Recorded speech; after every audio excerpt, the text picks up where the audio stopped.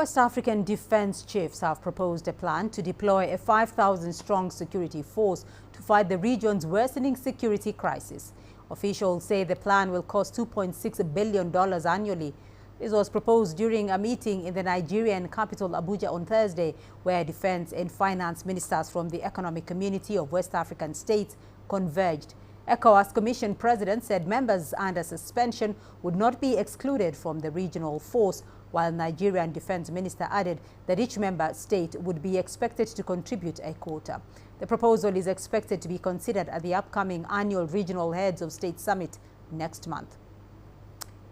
Well, joining us for more on this is Nelson Ekujumi, an African Affairs analyst. Nelson, so how will the ECOWAS member states fund this, considering that some of them are struggling economically? Well, I think they have no other choice than to summon the political will to be able to fund this venture. Don't forget that Africa, just like the rest of the world, is still reeling from the aftermath of COVID-19, which shut down the economy of the world, as well as the Russia-Ukraine war, which is also still affecting African countries economically. So African countries don't have any choice than to find out they will raise the money internally. And if they are if there's a shortfall, then they will need to cry out for help to the international community, because the peace of Africa is also the peace of the rest of the world. So has there been consensus on the membership and mandate of this force, considering previous disputes on national sovereignty, especially after the coups in some member states? Well, it is not unlikely that some of the countries, especially those that have been suspended because of military intervention, would be the black leg of this move by ECOWAS. But don't forget also that this resort to activating a standby force to counter terrorism has always been in the pipeline for the Economic Community of West African States leaders.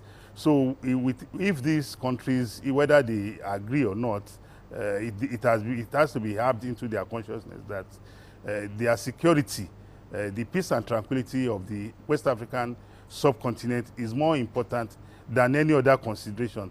So they will have to, negotiate, discuss, and lobby them to come into the vehicle. But it is not unlikely that some of them, if you recollect, who pulled out of ECOWAS as a result of the insistence of ECOWAS that they should return to democratic governance, might still become recalcitrant to joining this move. But we expect that reason will prevail at the end of the day.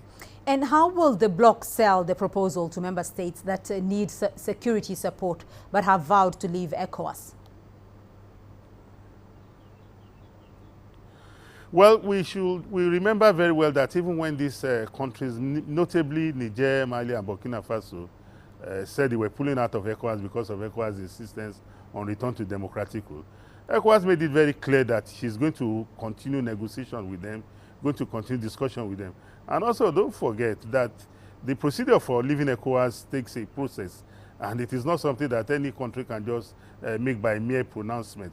And even when they have done that, ECOWAS has continued to maintain discussions with them. And with regards to this standby force, ECOWAS has made it clear that even the suspended countries, which are these three countries, are going to be part of the move. So we expect that ECOWAS will do all within its powers, and if it requires lobbying, to make them remain, because the peace of the West African subcontinent is very, very critical. We have food crisis right now, and it's as a result of insecurity.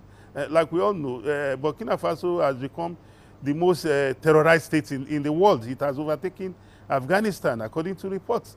So if there's no peace in any part of the West African sub-region, everybody is conscious that you too will not have peace, because whatever happens to your neighbor, the likelihood of it escalating to your own doorstep is very high.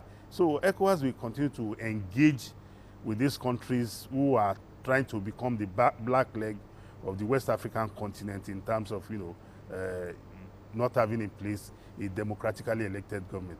But by and large, I hope ECOWAS succeeds in this venture. But it's something we wish will come to pass.